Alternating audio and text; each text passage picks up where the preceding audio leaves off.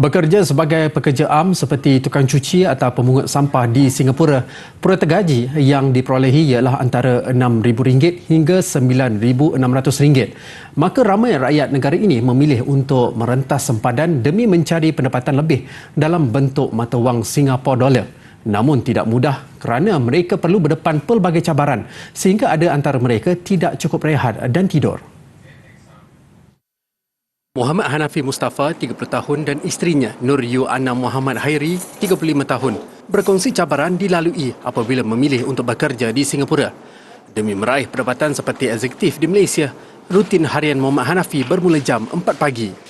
Muhammad Hanafi yang bekerja sebagai juruteknik di sebuah syarikat Alexandra Road, Singapura, memiliki pengalaman bekerja di negara itu selama 8 tahun. Pendapatan kasarnya kini kira-kira RM3,000 Singapura dolar atau kira-kira RM9,600 sebulan. Nur Yu Ana pula masih menyewa di Singapura dan berulang-alik ke Johor Bahru seminggu atau 2 minggu sekali. Di Singapura, Nur Yu Ana bekerja sebagai pembancuh minuman dan bekerja 8 hingga 10 jam sehari di sebuah syarikat swasta. Pendapatannya lebih RM2,000 Singapura dolar atau RM6,400 sebulan. Walaupun perlu membayar sewa bilik RM1,924 sebulan, Nur Yu Ana yang sudah 13 tahun bekerja di Republik itu berkata dia mampu berjimat dan menabung. Selain perlu bangun awal, mereka juga terpaksa menempuh kesesakan lalu lintas di Tambak Johor. Untuk di JB CIQ, kita biasanya akan sangkut dalam 10 hingga 15 minit. Dan untuk di Singapura, kita akan sangkut jam dalam lebih kurang 30 hingga 45 minit.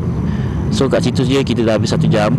Dan saya untuk travel daripada rumah ke CIQ dan Woodland ke tempat kerja. So total up saya akan kira dalam 2 jam lah kita ambil. Muhammad Hanafi tidak menaiki pengangkutan awam kerana ia memakan masa lebih lama untuk sampai ke tempat kerja. Katanya jika dia bekerja lebih masa sehingga jam 9.15 malam, dia tiba di rumah di Pasir Gudang pada jam 11 malam. Muhammad Hanafi tidak menafikan banyak kes kemalangan membabitkan penunggang motosikal tempatan yang pulang bekerja kerana mereka letih. Mereka tidak boleh tinggal di Singapura kerana negara itu menetapkan peraturan pemegang permit kerja tidak dibenarkan menyimpan kenderaan pendaftaran asing melebihi 18 jam.